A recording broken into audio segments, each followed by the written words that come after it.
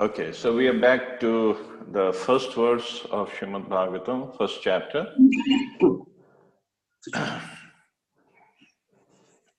So we finished first paragraph of this purport.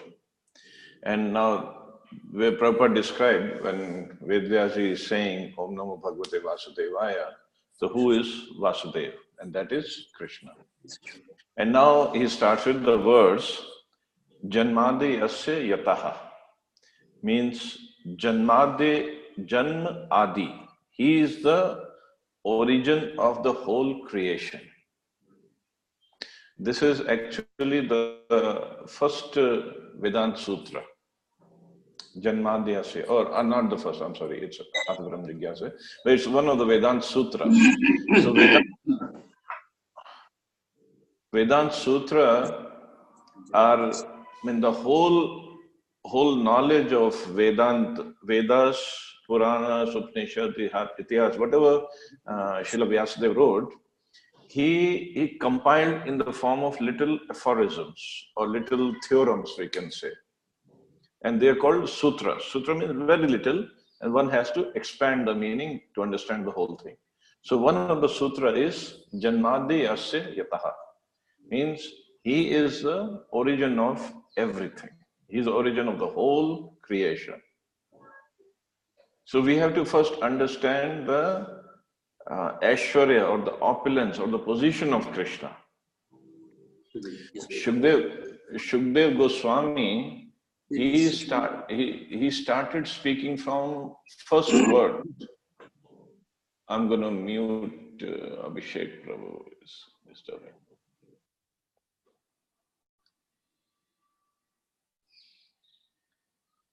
Okay, so he started speaking from this words. Although Parikshit Maharaj, when we go to the chapter where Parikshit Maharaj and Shukdev Goswami are talking, they were speaking, Parikshit Maharaj wanted to know about the pastimes of Krishna. But Shukdev Goswami started speaking from this first verse. The Bhagavatam starts from this verse. Why? And until the 10th canto starts, 9 cantos, Shukdev Goswami talked about all the opulences of Krishna. And when we go to the 3rd canto, 5th canto, it's description of the whole universe. And then obviously many other stories also are entwined in there. But the question was, why Shukdev Goswami spent so much time when he knew Parikshit Maharaj has only 7 days left? The reason being, Bhagavatam, again, we have to understand, Bhagavatam is not just spoken for Parikshit Maharaj, it's spoken for all of us. So Parikshit Maharaj knew the glories of Krishna already. But for us to understand, Krishna is not an ordinary person. First, Shukdev Goswami described his glories, his opulences, how he is the supreme personality of Godhead. He's not an ordinary person, not a teenager boy from Vrindavan running around with wives of some other people. No. So first he had to establish the Siddhanta, the Tattva of Krishna, who exactly Krishna is.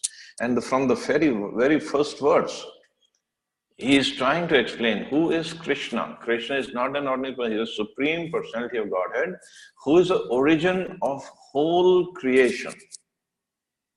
Not just the origin. When we go later on in this purport, we'll see he is a controller of the whole creation as well. We think that because in normal Hindu literatures, it is said Brahma, Vishnu, Mahesh. Brahma did the creation, Vishnu does the maintenance, Mahesh does the destruction. But actually it's not true. Actually it is all done by Krishna.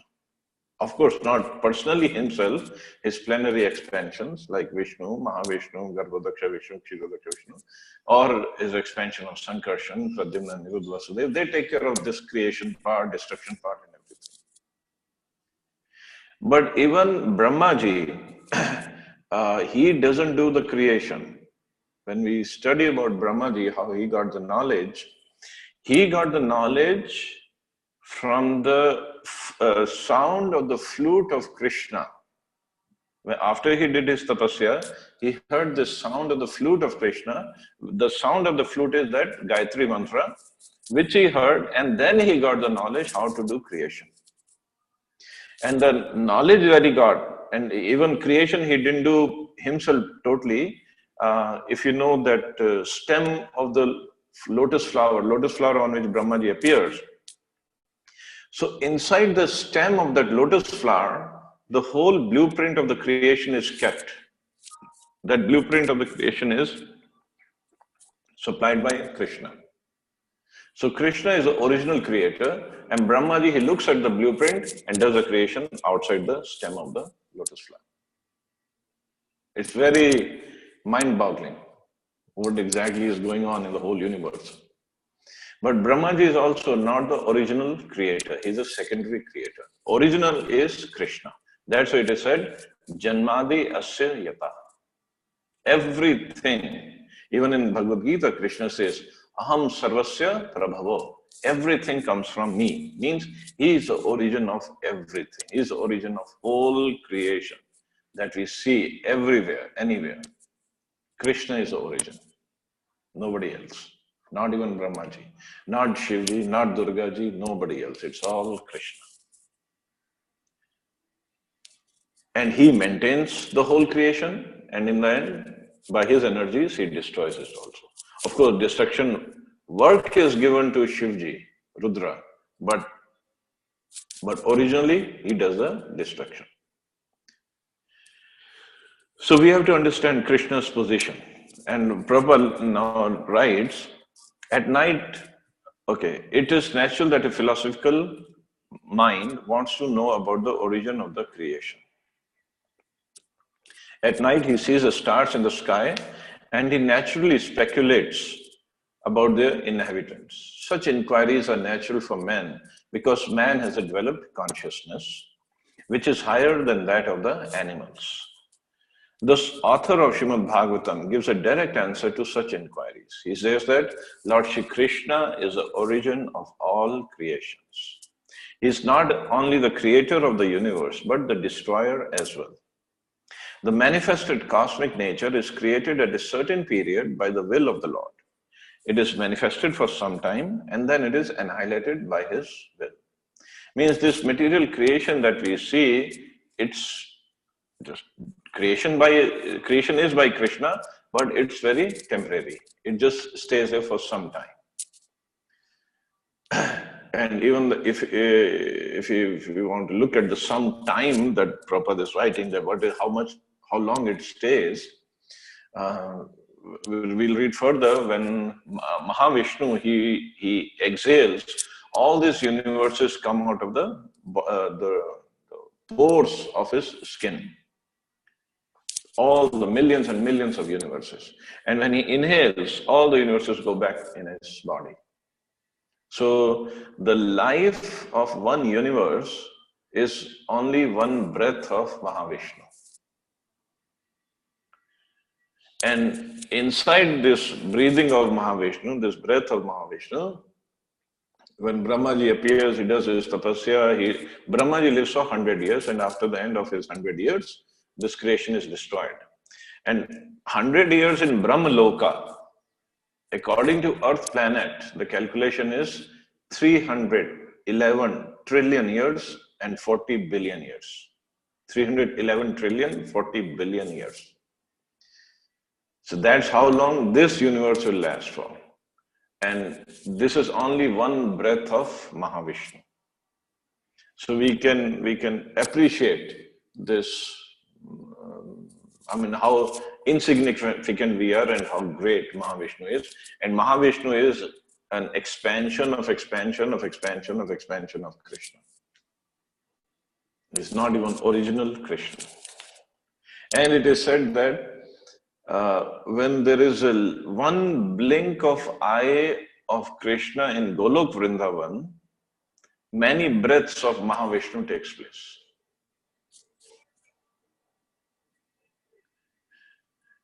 So if we still have some kind of doubt or kind of a pride or misconception about our being very great person, So this should take care of that. One blink of eye of Krishna in Golok Vrindavan, many breaths of Mahavishnu. One breath of Mahavishnu is, in this universe, 311 trillion 40 billion years. And we hardly live for 100 years in Kali Yuga, hardly. If anybody lives for 100 years, he will be considered very, very old person, very great person. And we think we are somebody very important, we are very significant person. We are nothing. We are nobodies actually. So this is to tell us what is Krishna's position and what's our position. Of course, out of his mercy, Krishna performs all these pastimes. He does these pastimes, which makes us think, oh, he's a very little boy, he's helpless boy, he cannot even protect himself in Vrindavan, so he has to have all these boyfriends, and brother Balram is protecting him all the time. He can take care of everything. But this is his mercy, this is his sweetness of his pastimes, that he wants to deal with his devotees in that way. And also in Kali Yuga, especially in Kali Yuga, because we have no other way to understand him. One, he comes in the form of deities in the temples. These deities in the temples are non-different from Krishna. Like Shashwati Mataji is in Bhubaneswar. So when she goes to Jagannath Puri, Jagannath Ji is there, but Jagannath Ji is Krishna himself. He comes in the temple, people carry him during Rath Yatra, they carry him, bring him out on the chariot, we pull the chariot, we really enjoy it, have lots of prasadam. But this is his mercy, he comes in this form to give us his association, for us to take his darshan, give us a chance to serve him. For those who are pujaris, they can dress him or make flower garland for him, cook for him. This is his mercy, nothing else. And in Kali Yuga, he knows even we are so much more fallen than people in Dwapar Yuga. So he comes in the form of holy name. Okay, you cannot come to the temple, fine, just at home chant my name. He comes in the form of Srimad Bhagavatam. Read Srimad Bhagavatam. So this is also a service to Krishna. But who is Krishna? He is the origin of whole creation. And whole creation means not just one universe and not just one planet Earth. Millions and millions of universes in the material world, and material world is considered 1/3 of spiritual world. So just imagine how big the spiritual world must be.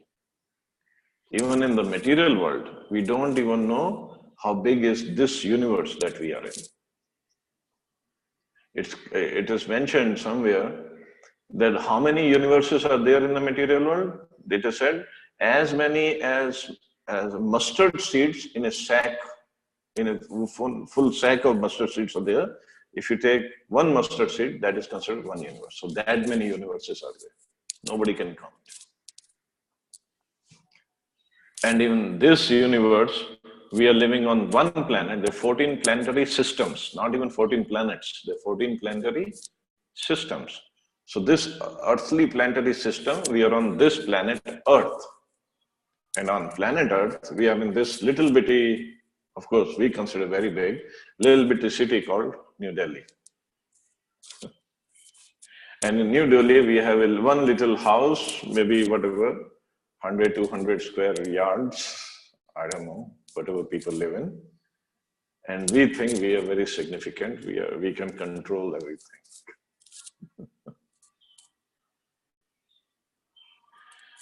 So this is our position, and that is Krishna's position. He is the origin of the whole creation, and he is not even attached to it, because he is full of all renunciation.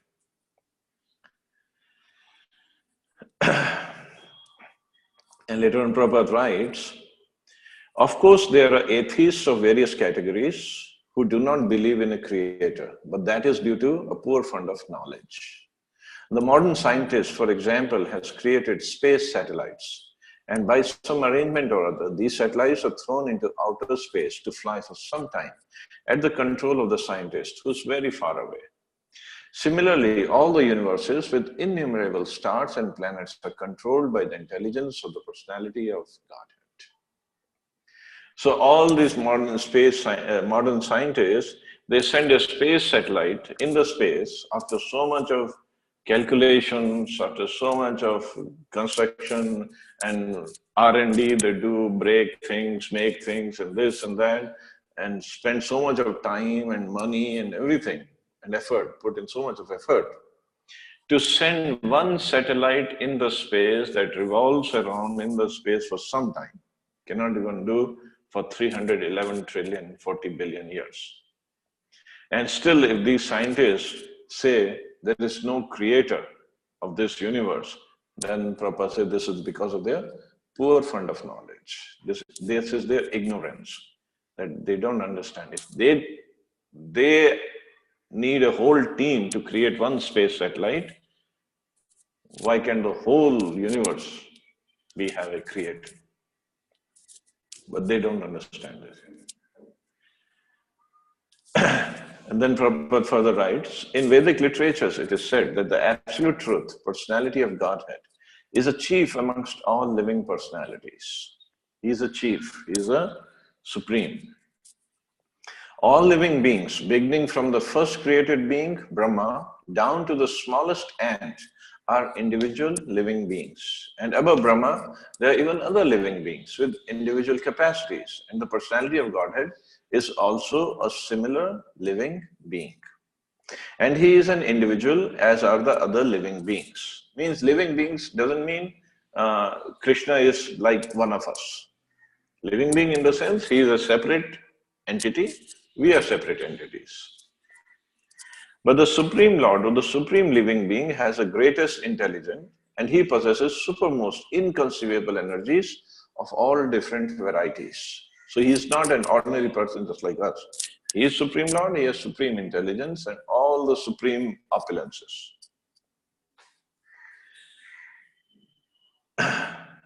If a man's brain can produce a space satellite, one can very easily imagine how brains higher than man can produce similarly wonderful things, which are far superior. What Krishna can create or produce, we can't even understand. The reasonable person will easily accept this argument, but there are stubborn scientists who would never agree. Srila Vyasadeva, however, at once accepts the supreme intelligence as Parameshvara. He offers his respectful obeisances unto the supreme intelligence, addressed as the Para or the Parameshvara or the Supreme Personality of Godhead. This is how a devotee thinks. He understands Krishna is the Supreme, he is the origin of everything, he is the controller of everything. And the way he starts anything is by paying obeisances, respectful obeisance unto Parameshvara or the Supreme God. And those who are demons, they will never ever accept the authority of Krishna. They think they themselves are controllers, or they are everything. And that Parameshvara is Shri Krishna, as admitted in Bhagavad Gita and other scriptures delivered by Srila Vyasadeva, and specifically in this Srimad Bhagavatam. In Bhagavad Gita, the Lord says that there is no other Paratattva, Samam Bonam, than himself. Therefore, Shri Vyasadeva at once worships the Paratattva, Shri Krishna, whose transcendental activities are described in the 10th canto. So by the time we come to 10th canto, we'll really understand who Krishna is. And then Prabhupada describes in the next paragraph that unscrupulous people, without understanding the position of Krishna, the opulences of Krishna, they right away want to go to the 5 chapters of 10th canto. These 5 chapters of 10th canto, they describe the Raslila, pastimes of Krishna, or Krishna's intimate pastimes with his gopis. It's chapter 29 through 33 of 10th canto. But do not go to those chapters. First, we have to finish the first 9 cantos, and then first 28 chapters of 10th canto. Then we read those 5 chapters. Because to understand those 5 chapters, because people always misunderstand these 5 chapters of Krishna. Or specifically, the topmost pastime of Krishna of love is Ras Leela. But to understand, to get to that level of consciousness, one has to prepare himself. And that's why once one couple came to Prabhupada, I think it was in Hyderabad, and they asked Prabhupada was speaking lots of philosophy, and they said, Prabhupada, we want to hear about Ras Leela, Krishna's pastime with gopis. And Prabhupada, very humbly, first he deviated them, distracted them. They said, no, we want to hear. Prabhupada said, well, one has to have a qualification to hear the Ras Leela pastimes. And Prabhupada tried to avoid that. They still were insisting. Prabhupada said, that couple said, oh, we are very much qualified, Prabhupada. Swamiji, please tell us the pastimes. And Prabhupada, very humbly, he wanted to avoid them. And he said, oh, you must be qualified, but I am not qualified to speak on this.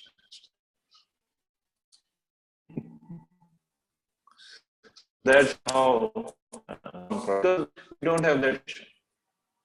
And generally, if when we go and if somebody wants to go and listen to Bhagavatam Katha, this is the one thing they all want to talk about. Because it's in their mood to enjoy. Their number is not to serve. And the topmost enjoyment is sexual enjoyment, and in the material world. So this is what they want to enjoy, and they want to talk. They just like this, they want to shoot the gun, shoot the bullet, putting the gun on Krishna's shoulder. So Krishna can do that, we can do that. This is what their mentality is. But actually, it's not the right mentality. It's very offensive. Even Chaitanya Mahaprabhu, when he wanted to discuss about pastimes of Krishna with gopis, he would only discuss with few devotees. Swarup Damodar Goswami, Ramanand Rai, and there was one more. That's it. Outside, other than these devotees, even with Nityanand Prabhu, he did not discuss these pastimes. Not even with Advaita Acharya, who's Sadashiv himself, Mahash Vishnu and Sadashiv. Nityanand Prabhu is Balaramji. Mahaprabhu never discussed with him. Because he wanted to show it to the world, these pastimes are very, very confidential, and it's not for everybody else to discuss. For everybody else, he said, just chant Hare Krishna Mahamantra. Do Sankirtan, Krishnam Sankirtan, and this will liberate you. This will take you back home, back to Godhead. Not just by talking the Ras Leela pastimes of Krishna. And Prabhupada writes in this paragraph, this subject matter is highly spiritual, and only the liberated persons who have gradually attained to the stage of Paramhamsa can transcendently relish this vast dance. Srila Vyasadeva therefore gives the reader the chance to gradually develop spiritual realization before actually relishing the essence of the pastimes of the Lord. So we have to develop our spiritual realizations. We have to develop our consciousness to that level. Therefore, he purposely invokes a Gayatri Mantra, Dhimahi. This Gayatri Mantra is meant for spiritually advanced people. When one is successful in chanting the Gayatri Mantra, he can enter into the transcendental position of the Lord. One must therefore acquire Brahminical qualities or be perfectly situated in the qualities of goodness in order to chant the Gayatri Mantra successfully, and then attain to the stage of transcendently realizing the Lord, His name, His fame, His qualities, and so on. But even more powerful than Gayatri Mantra, Krishna, He came as Chaitanya Mahaprabhu, and He gave us this Hare Krishna Mahamantra.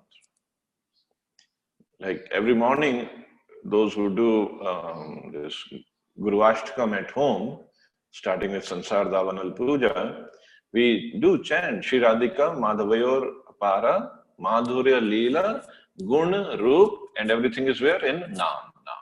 In the holy name of Krishna, all these Radha Madhav's Madhurya Leela, Gun, Roop, everything is hidden in the holy name. Only thing is, we have to chant properly, we have to chant offenselessly, and then everything will be revealed when we are qualified, when we are matured enough.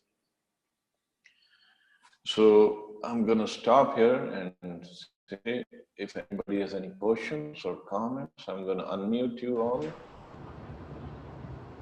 Yes, any questions?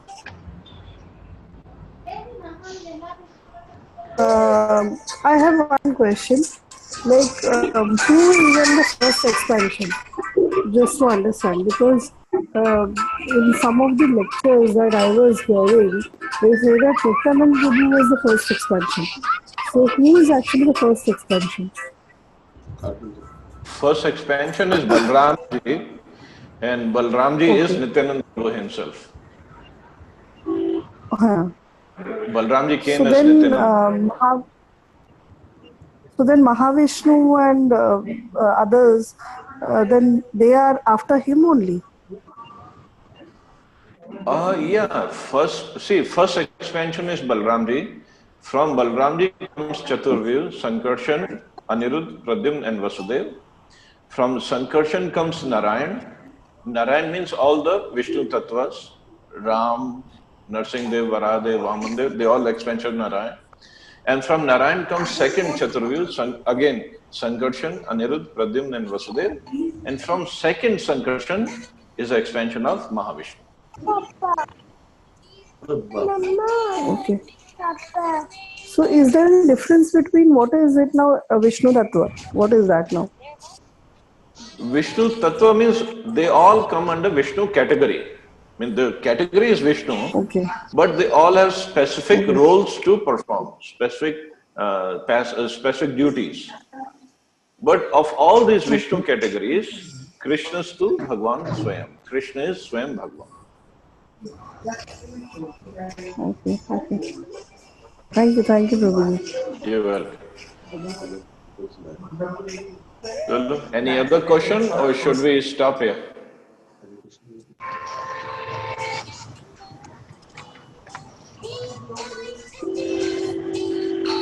I think so. Should we stop? Okay. So stop here. Thank you all very much. Enjoy your day. Thank you, Prabhuji. And we'll see you tomorrow. Hare Krishna. Hare Krishna. Jai Hare Srila Krishna, Prabhupada. Prabhuji. Hare Krishna, Prabhuji. Hare Krishna.